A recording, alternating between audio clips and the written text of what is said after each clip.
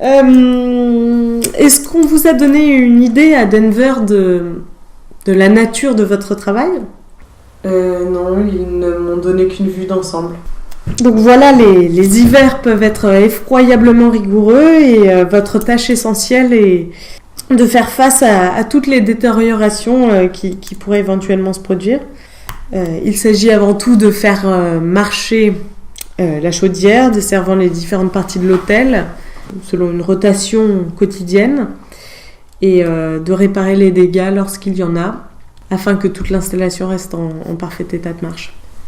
Bien, tout ça me paraît très faisable.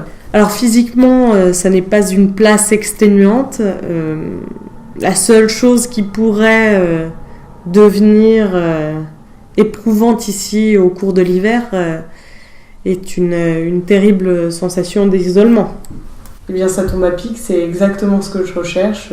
J'ai un très gros roman en préparation et 5 mois de tranquillité, c'est tout ce que je demande. C'est une vraie chance, Jacques. Parce que pour certaines personnes, la solitude, l'isolement peuvent poser un véritable problème. Pas pour moi. Et votre femme, votre fils, comment vont-ils réagir, eux ? Ils adoreront. Formidable.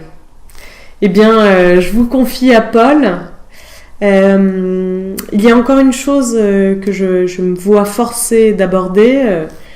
Je voudrais pas sembler mélodramatique, mais c'est une chose qui a plusieurs fois fait réfléchir pas mal de candidats à ce poste. M'intriguer. Je suppose que l'on ne vous a rien dit à Denver sur la tragédie qui s'est déroulée ici durant l'hiver 70-71. Je n'en ai pas le souvenir.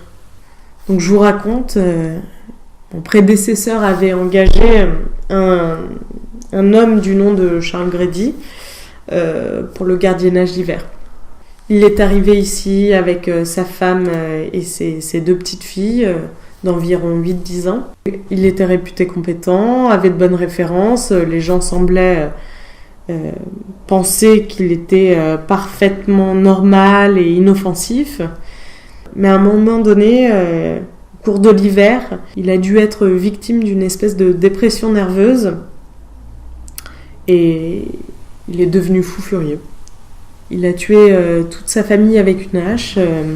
Il a soigneusement aligné les corps dans une chambre de l'aile ouest, puis a placé le canon de son fusil dans sa bouche. La police pensait qu'il s'agissait de ce que les vieux de la vieille appellent le mal des cachots, une forme de claustrophobie qui se manifeste lorsque les gens sont enfermés trop longtemps ensemble. Eh ben, c'est une drôle d'histoire. Ah ça oui, j'ai encore du mal à croire que ça s'est réellement passé ici. Pourtant c'est vrai. Et vous comprenez sans doute pourquoi j'ai cru devoir vous en parler. Tout à fait, bien sûr. Et je comprends pourquoi vos patrons à Denver vous ont laissé m'en parler. Évidemment, certaines personnes peuvent être effrayées de rester dans un endroit où une telle chose a pu se produire. Bien, monsieur Woodman, je peux vous assurer que cela ne risque pas de m'arriver. Quant à ma femme, je pense qu'elle sera absolument fascinée quand je lui raconterai tout ça. Elle adore les films d'épouvante et les histoires de fantômes.